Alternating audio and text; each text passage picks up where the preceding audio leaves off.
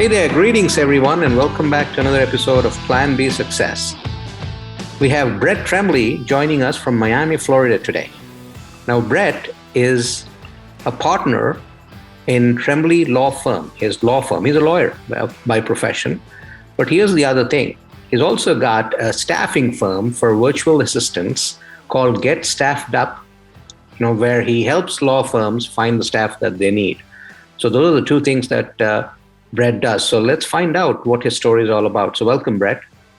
Thank you. I'm so glad to be here, Rashid. Thank you so much for having me on. I'm excited to be here today. Absolutely. So tell us, what kind of a lawyer are you?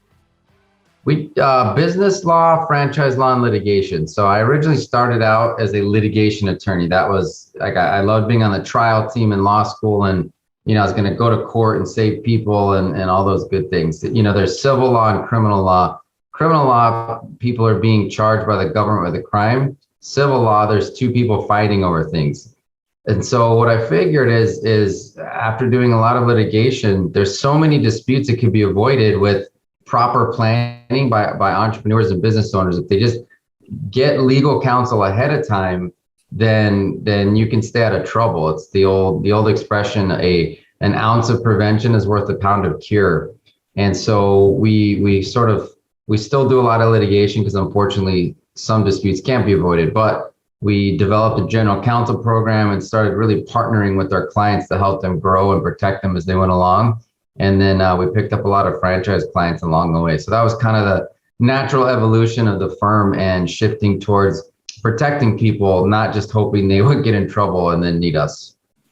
So, you started the firm back in 2011. So did you actually practice as a lawyer before then? Did you work with some other firm? Yeah, I was at a small firm for 3 years. And then after 3 years, I don't want to make the joke. I knew I didn't know everything, but I was ready to go out on my own and provide a better law firm than I thought existed. Now, you've been doing that for a long time, and that's pretty interesting what you say, right? A lot of the issues can be solved just through mutual dialogue than actually litigating. And yeah. That's not, that's probably one of the first times I'm hearing a lawyer say that you can talk it out and it's done, because, generally you go to a lawyer, then it's all the talking is done. You're ready to go to court kind of a thing. That's right. The assumption people have in their head. Well, when you go to court, nobody wins except for the lawyers. And so lawyers want you to go to court and they want to, I'm going to fight for you and make things real nasty and dirty because they're just racking up legal fees. Now, sometimes you need to get nasty and that's the way it works, but principle can be expensive. And so the reason you don't hear lawyers say that often is they make a lot more money if you get in trouble first. So when you say business law, what kind of things did you do?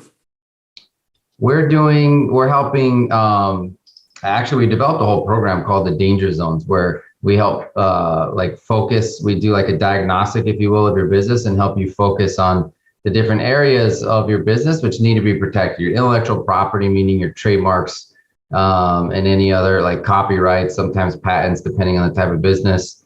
Your agreements, both internally and externally, making sure those are done the right way. All your employee relationship, the sort of documents, your employee handbooks, your employment agreements, non-competes, if you have them, those things all need to be reviewed and rewritten from time to time and done the right way. And you have to be thoughtful about those things. So those are kind of the main areas and compliance. You have a lot of local and national like ADA type compliance issues. So it's really looking at the business as a whole and saying, where are your exposure points and how can we help protect your business from that exposure? When we talk about lawyers, right, as far as possible, people try to avoid getting into any kind of a situation where they need a lawyer. So whether it's on the personal front or whether it's on the business front, you don't go looking for a lawyer or hire a lawyer until there's no other recourse. You definitely need one for one reason or the other. And there are law firms, there's that one of those law benefits that you get through employers, where they say, hey, you can get some consulting time with lawyers, you can talk to them, that kind of stuff. Or you when you have a situation, that's when you go looking for a lawyer. But when you talk about our health, right? Everyone has some kind of a family physician. You don't see them every day, but twice a year or whatever during checks and all, you do go and see them. Or whenever something's not right, that's the person you go to. What do you think? You think people need to think about lawyers the same way? Do they need to have somebody that they are working with in the longer term? That's the smart way to do it. So what I alluded to earlier was our general counsel program, meaning you hire us before you get in trouble. We're working on your documents. We're like your chief legal officer as part of your business development team. And so as you're growing or just maintaining whatever you're doing business, although it's hard to maintain, usually you're growing or you're dying, right? You have to, or you should, you need a really good CPA and a great relationship with your CPA. And you need one that you check in with often, not someone who calls you in December and says, this is how much you owe in taxes. That person's not good for business owners. A really good insurance agent for your business protecting you, and a really good business attorney helping you look out for landmines that you don't even know are there. So all of those things can be done proactively, and having quarterly for businesses that are kind of bigger, and if not, at least annually, making sure that you have all your agreements in place. Now, I was reading on your website that you've been called the super lawyer. What does that mean? That's there's a lot of funny fake awards these days, and lawyers get targeted all the time because there's no group better to try to stroke their ego and get money out of them, better than lawyers. So like these companies will invent these fake awards and they're like, you're selected for the top 10 person that I would bet my company on award. And they're like, oh, look at me, Super lawyers, though, has been around for a long time. It's vetted and it's I think as objective as you can kind of get. So it's just one of these programs that they try to make objective criteria. But I'm the last person to kind of say like, oh, look at me, I was named a super lawyer. That must mean something, because I'm still the same person today as I was the day before I was quote unquote named a super lawyer. So I don't put too much credence into those things, but it's nice to get the ones that are at least semi-legitimate. So let me ask you this. You've been a lawyer for a very long time, and what do you really enjoy about that profession?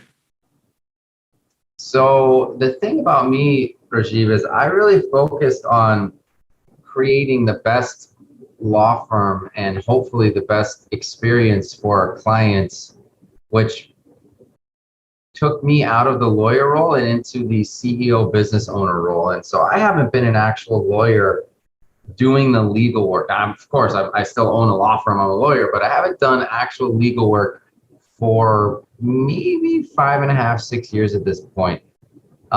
So what I love doing is meeting really cool business people that are doing something different in the world and helping them strategize and making sure that they're protected as they grow, and also getting really nice, good business people out of a tough situation that requires some legal muscle. I really enjoy helping the good guys, if you will.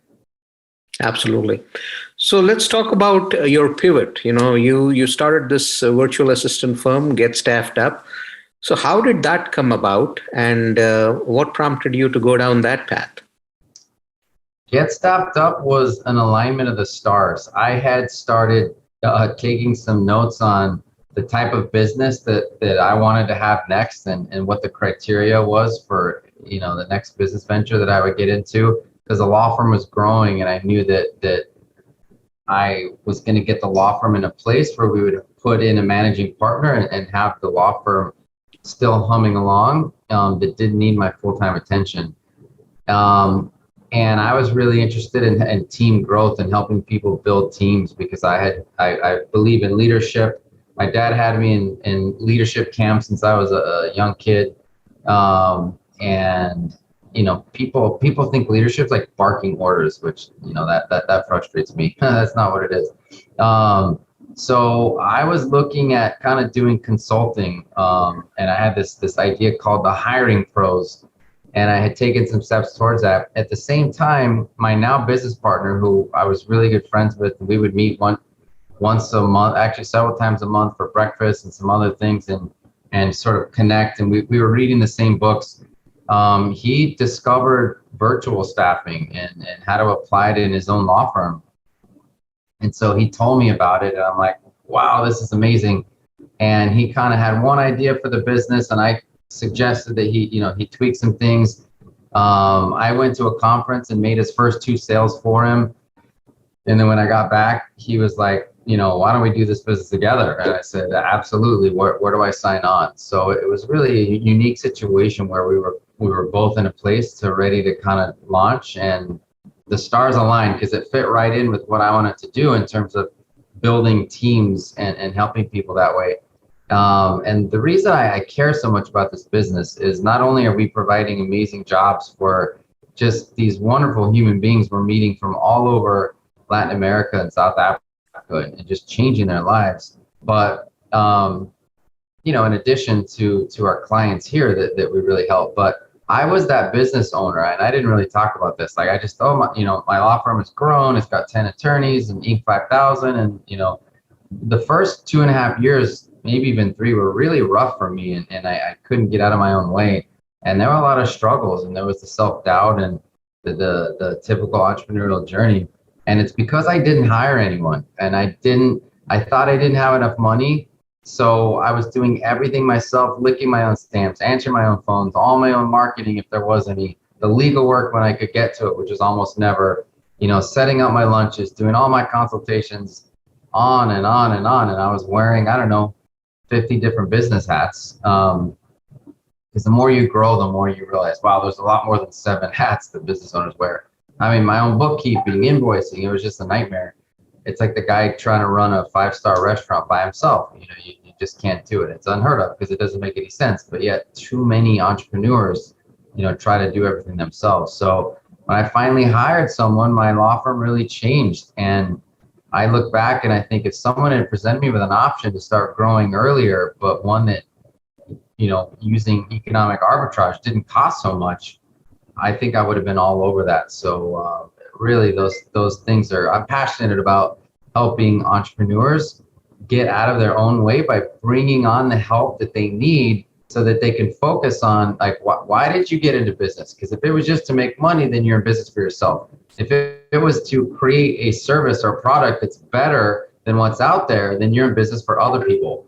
But if your focus isn't on, uncommon focus brings uncommon results. And if your focus is not on having your business be better because you're too busy, being your own receptionist, doing all your own email, being your own billing department, then you'll never get there, and you'll just get frustrated and burnt out, and you'll be one of the statistics, which I don't even know anymore. How many 80% of businesses don't make it past, I think, 8 years or 10 years, So anyway, that was a long answer to your question. So how long have you been running this company, Get Staffed Up?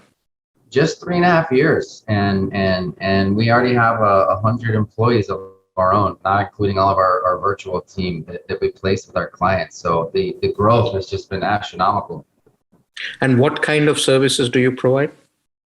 So the service we provide is finding the top 1% of talent that the world offers for virtual workers, virtual team members. This is staffing. This is not like the VA that you hire one time in our Upwork to do a design project for you, right? We're helping people realize that you can place full-time positions in your business with somebody who lives, in the Southern Hemisphere, for example, in Latin America or in South Africa. A lot of people, a lot of companies are out of the Philippines. We aren't for several reasons that we started there and quickly learned that the best English language skills and the best cultural alignment was in Latin America and South Africa. So we're doing full-time jobs. So let's say you own, I don't know, throw out a business, Rajiv, just throw out a business for me. Give me an example. Let's say some kind of a consulting business. Yeah. So who is let's say you're just starting as a consultant, right? Who's sourcing the type of people that you want to work with? Who's making the cold calls or the cold emails?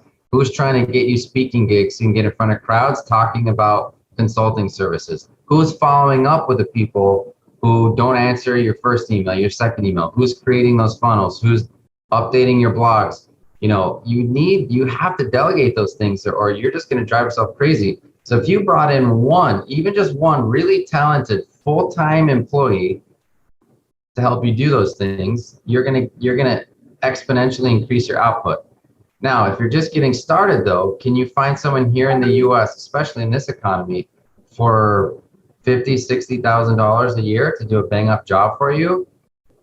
My experience says it's not likely. I mean, yes, anything's possible. So if you move that like through a company with us and you find somebody who you're going to pay, our pricing's on our website, it's no secret, $19.50 a month, suddenly it becomes very affordable to start delegating tasks and to start growing your business. All of your time, like let's say there's a lot of kind of startup web or even social media companies, right? That's a popular one. Like somebody wants to start a social media company.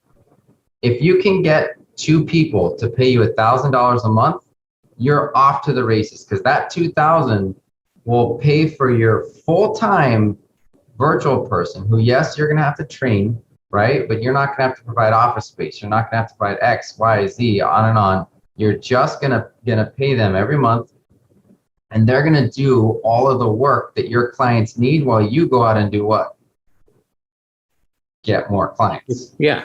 All right. So one full-time person, for example, can probably service, let's say, 7 clients. So you're bringing in 7,000, you're paying out 2, and you're profitable by $5,000 a month. So you're already profitable. There's subscription fees and others by about $60,000 a year. I mean, that's depending on where you live, right about the median income anyway. So then you just do it again and again and again, and then you start hiring people, here in the US. And we're not advocates of replacing jobs. We're advocates of layering in, and the bigger companies we work with, you've got your, 30 people in the US, and then your people at the top of the company have personal assistants who are virtual, executive assistants, the billing team needs help. So they get a few extra hands in that department who are virtual. The sales team could need some help, the marketing team, because what normally happens is instead of hiring those positions because they're expensive, you just overload your own people. So when people say, aren't you guys replacing jobs? Like you're lying to yourself. If you have every single job that you need in your business staffed right now, we all have holes that we need filled, but we don't because we're like, oh, I got to hire another person. I got to go through the process. Then I got to pay them. And how am I going to make the extra money to pay them? And that's where you can start plugging the holes and really make life better for your own employees here in the US and talk about pushing things up the chain. Your higher paid jobs stay here in the US, so it provides the incentive. And then the lower paid entry level positions, you can move near shore. And then those people end up getting promoted too. And so like the more I talk about this, as you can see, Rajiv, the more excited I get because there's just so many absolutely great answers for entrepreneurs and business owners. So you have, basically started and grown 2 businesses, right? Your law firm as well as Get Staffed Up. When you reflect back on, what, let me ask you this two questions, right? What was the lowest point on your journey? You were probably about to give up, but did not. And what was your turnaround point to get them to where they are today? There were 2 low points. So January of 2012, I started November 1, 2011. I didn't plan it this way, like girls with their weddings, but the date is 11/1/11, right? So all ones. And I had some clients sign up. So November was for me, it's like, I think I did like 8,000 in revenue that month, and it was like, yes, this is awesome because it was just me And then December, I had a few payments. January of 2012, I didn't make one single dollar. Not one penny came into my business. And I was about to get married in March, already with a kid on the way in late summer, and had just started my own business. So that was a rough period, and it was like, how am I going to get through this? There was a lot of sleepless nights that month. And then later, I think the summer of 2013, as I said, I was doing everything myself for 2 years. Like the summer slowed down and money wasn't coming in, and I finally had the thought for the first time in my life, like, maybe I can't do this. And it crept in one time. I was at a stoplight and I'm like, maybe I should, go to work for someone. But man, that thought went out of my head as fast as I think it came in.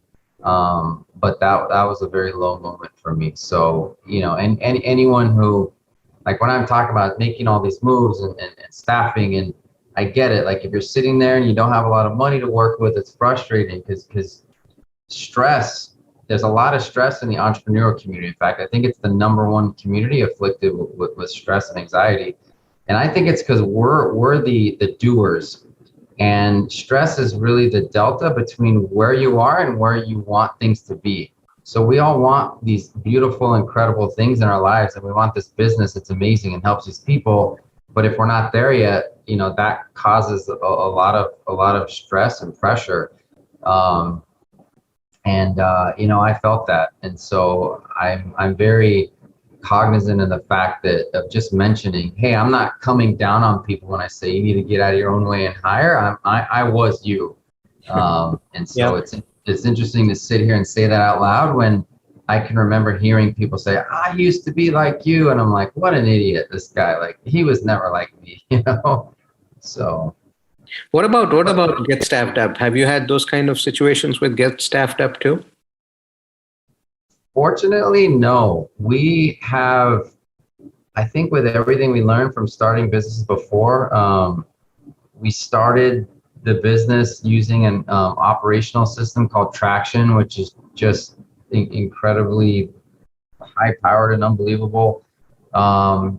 And it's been gangbusters ever since we started. And the weird thing for us is, as much as the pandemic, it did affect the law firm. A lot of business owners went out of business, had to stop, and we felt that big time. But it had the opposite effect on staffing, especially virtual staffing. So we used to be in the education business where we were telling people, hey, it's okay to have staff. Like, the big companies have been doing it, but the small guys have been left out. Like, you need to utilize very highly capable but lower cost labor in order to help your business grow. And like, people didn't really get it, at least 30, 40, 50% of them. And then once the pandemic hit, everybody's like they had to work virtually through Zoom. So all of a sudden it was, okay, are you the company that can find me the best? And if so, I'll sign up with you.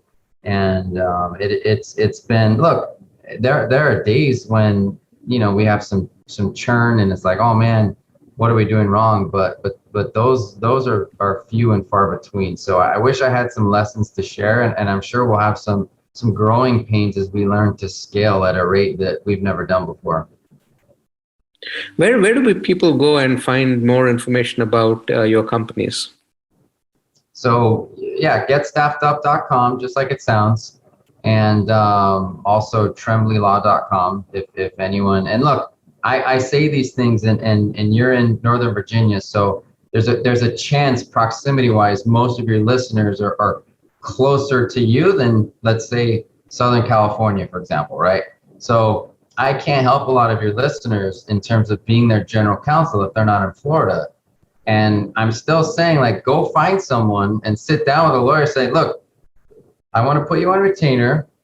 If you charge me monthly, then tell me what I'm getting monthly. If you just let me be on retainer and I can call you when I want, then that's a good program too. So if somebody doesn't have the program already, and it's starting to catch on, there's more and more lawyers doing this. Like, I want to grow my business and I want you on my team, Mr. Lawyer, Mrs. Lawyer. So, I'm going to interview three of you, see who has the best business mind and who I'm most comfortable with. And then, I'm going to hire you. That is just a smarter way to do business, having a lawyer in your hip pocket, because things happen in business, especially when you start hiring domestically. Absolutely. And then in terms of get staffed up, is it just for lawyers, or could other businesses also look to leverage people from there? We have a lot of non-lawyer clients, but we truly believe that niches bring riches. And so when you have a focus, it's like the flywheel concept, right? We probably picked up fewer clients in the first year than if we just tried to be a staffing company for everyone. But once that momentum goes, like, oh no, these guys do lawyers, and we grow by referral, which is the greatest problem on earth to have. That's what our marketing focuses on. But business is business, and we've got a lot of non-law firm clients. It's just that, our marketing, we know who to target and how to target them. And I think niches bring riches because it tells you where to put your message and your marketing dollars. Awesome. All right, cool. So, Brett, any piece of advice based on your journeys that you've taken for startups or entrepreneurs who are starting? One message I do get is consistency, right? Just be consistent at what you do. Don't give up. You'll see the highs and the lows. You just got to keep going. But anything else that worked in your favor that you'd like to share? Be a student. When I started consuming business books, and I got a business coach, and I really started, humbling myself in terms of I thought I kind of knew everything and could figure it all out.